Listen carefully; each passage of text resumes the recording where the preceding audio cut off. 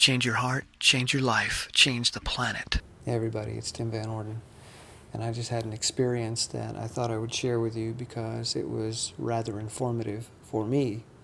I was at the post office mailing a shirt out to somebody, and the gentleman at the counter that I was called to was new. I hadn't seen him there at the post office before, and I expected this to take about 1 to 2 minutes, which is the normal time it takes to mail a shirt.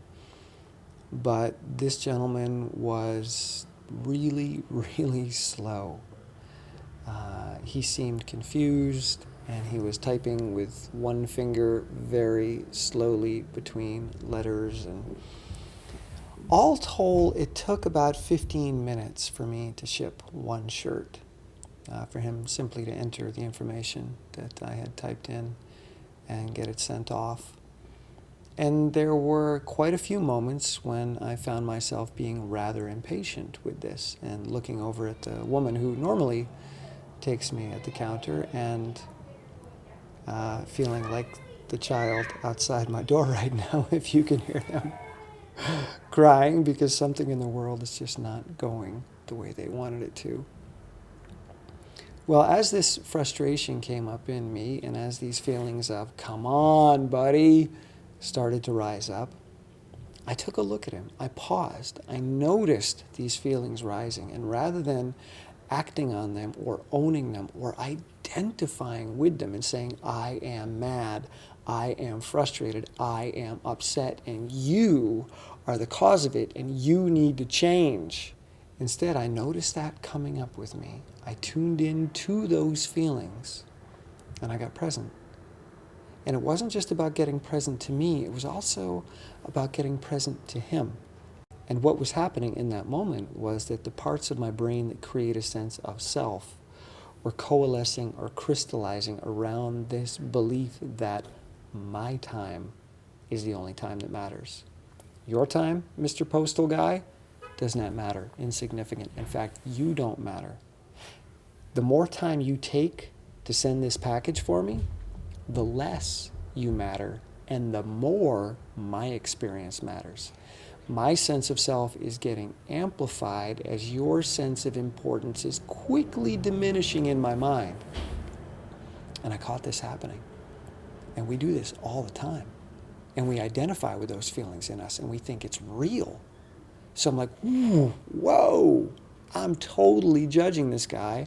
I'm totally diminishing this guy. I'm acting like I've got somewhere more important to be, that this moment, this time, this experience has no value because I came in here to check something off my to-do list. Mail, shirt. That's it. What I didn't want was to spend 15 minutes with this postal employee. That was not on my checklist today. So now I'm frustrated, like you're stopping me from getting to the next thing. And I realized this is the next thing. The next thing is not something that I arbitrarily put on my list. The next thing is the next thing that actually happens in the world, and it's happening. I was like, okay, let's step back and let's see him. Let's really, really see him. If the next thing is that I'm going to be spending 15 minutes with this man, let's get to know this man.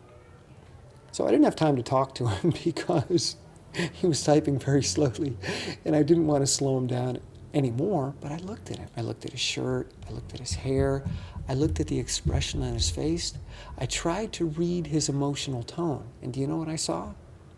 I saw that he was trying really hard to do his job. He wasn't trying to slow me down. He wasn't trying to hold me up or delay me. He wasn't trying to spite me. He was focused on doing his job. And he was doing the best he could in that moment. And when I really tuned in, he looked like a really nice guy. He looked like the kind of guy that would do anything for you, the kind of guy that would pull over if he saw you with a flat tire on the side of the road and probably get out and help you. So I tuned into that, like, let's find out more about this. So I used my mirror circuitry in the brain, my empathy circuitry, and I was like, let's soak him in, let's soak him in. What experience is he having right now? What clues about his character is he giving me right now? And I only got good things.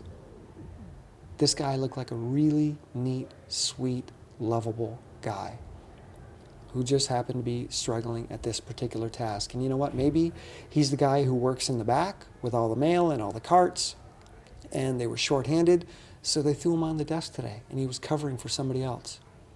Maybe that's why he was there. I don't know. But he wasn't a bad guy, and he wasn't trying to sabotage my day. This had nothing to do with me and my checklist. This was an experience that I was having. So I embraced it. And then I started to smile as I saw him showing up. And I stopped focusing on me and where I wanted to go and what I wanted to do and the next thing on my list. And when he was finally done, I smiled at him and we had a little bit of a chat. I'm sure that annoyed the next person in line. But I wanted to get something out of this interaction, and I asked him a question about one of the stamps he had behind the desk, which said spoiled. And I was like, why would you ever use the spoiled stamp? Like, why would people send something that was spoiled on purpose? So we had a laugh about that, and then I went on my way and felt really good. So when I got back to the car, I thought about it, that whole experience, about how when we have a checklist, when we have a set of things that we think we need to do in a particular order at a particular time, and then life shows up and says, woo, sidetrack, and we're like, no, not okay. And this crystallization occurs. My to-do list, my feelings, my goals, me. And you are now in my way. You're not the next thing. You're just simply in my way of me getting to the next thing. So this was a really powerful experience for me to see that, to watch it happen, and then to do everything in my power in that moment to let him show up as another human being and to let this be the next thing. And to try to really enjoy it and to really embrace it and be present with him, be present in the world, be present in this moment, so that when I do go on to the next thing on my list, I'm not pissed, I'm not frustrated, I'm not late. I'm filled up because I had a positive, powerful experience in that moment, one that I didn't anticipate. And if you really think about it, the things that make us the happiest or the things that make us laugh uncontrollably are the things we don't expect, the things we didn't anticipate, the things that surprise us. We seldom laugh at the predictable. The next time you find yourself freaking out because somebody is taking too long, tune into them and realize that's another human being. And they've got a to-do list and a checklist. They've got goals. They've got desires. They've got feelings.